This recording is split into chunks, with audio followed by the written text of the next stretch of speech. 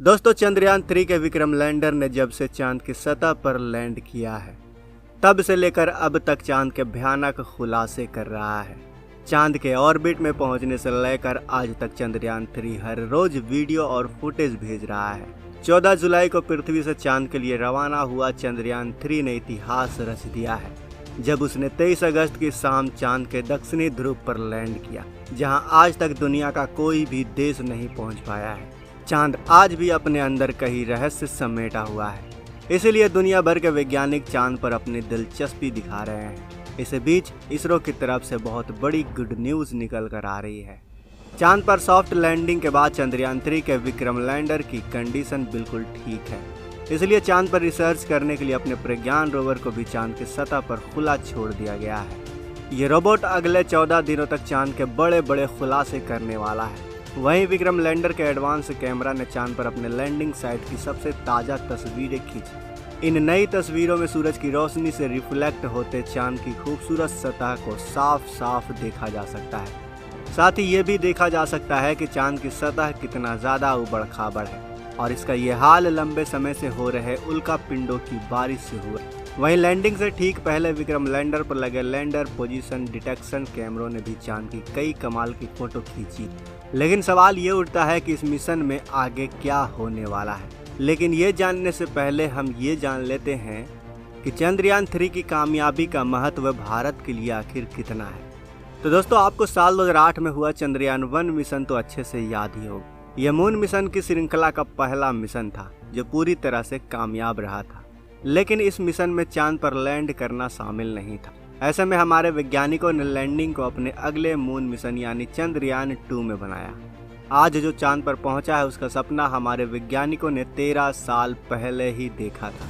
शुरुआत में इसरो ने चंद्रयान 2 को साल 2008 में पहले मून मिशन सफल होने के बाद ही प्लान कर लिया था, लेकिन इसकी तैयारी जितना सोचा गया था उससे कहीं ज़्यादा समय इसने ले लिया था। यही वजह थी कि चंद्रयान 2 को 11 साल बाद 2019 में लॉन्च किया गया था। लेकिन दुर्भाग्य से हमारा ये मून मिशन पूरी तरह से सफल नहीं हो पाया और चंद्रयान 2 का लैंडर अपने आखिरी 2 मिनटों में बेकाबू होकर चांद की सतह पर क्रैश हो गया। यानी 11 साल से तैयारी करने के बाद भी हम उस मिशन को सफलतापूर्वक अंजाम नहीं दे पाए, जिसके बाद दुनिया के कई देशों ने न सिर्फ हमारी क्षमता पर सवाल उठाया बल्कि हमारे इस मून मिशन फेलियर का मजाक भी उड़ाया।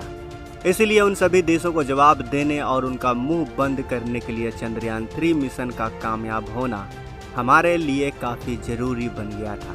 जब चंद्रयान 2 का लैंडर चांद की सतह पर क्रैश हो गया था तो उस समय इसरो के चीफ के सिवन ने मिशन के आखिरी 15 मिनटों को 15 मिनट्स ऑफ टेरर का नाम दिया था। उन 15 मिनट की याद हमारे जहन में चंद्रयान 3 की लैंडिंग के दौरान आज भी जिंदा है।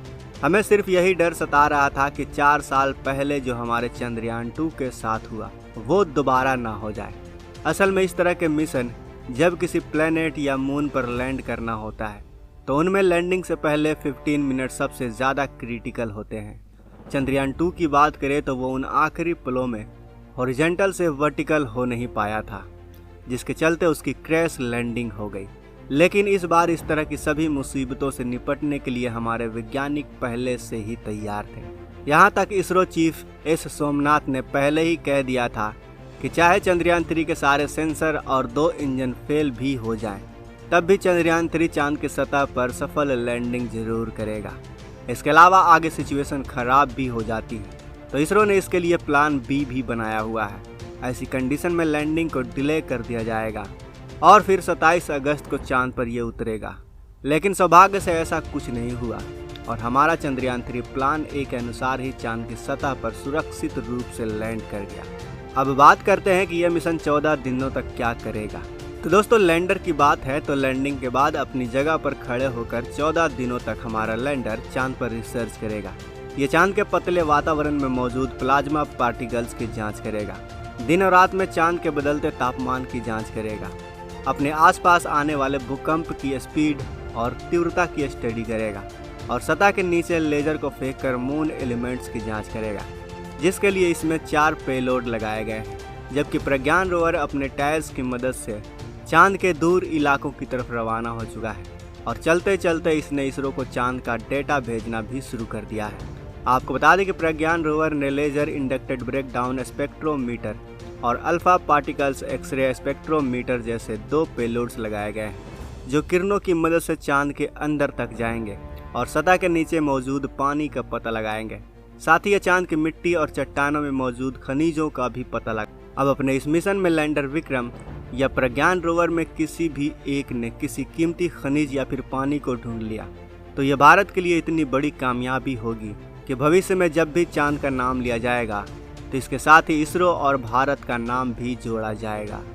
चांद के साउथ पोल पर सॉफ्ट लैंडिंग करके ही भारत ने रूस, अमेरिका और चीन को पीछे छोड़कर इतिहास रच दिया है। वहीं पाकिस्तान तो अगले 100 सालों में भी स्पेस रिसर्च फील्ड में भारत के आसपास भी नहीं फटकने वाला। वैसे दोस्तों, आपको क्या लगता है कि भारत चांद पर पानी ढूंढकर इतिहास रच पाएगा? हमें अपने विचार कमेंट बॉक्स में अवश्य बताएं। साथ ही वीडियो अच्छी लगी हो, वीडियो में दी गई जानकारी अगर अच्छी लगी हो तो इस वीडियो को लाइक करें, अपने दोस्तों के साथ शेयर करें और अगर आपने अभी तक इस चैनल को सब्सक्राइब नहीं किया है तो इस चैनल को भी सब्सक्राइब कर लें। मिलते हैं अगले वीडियो में।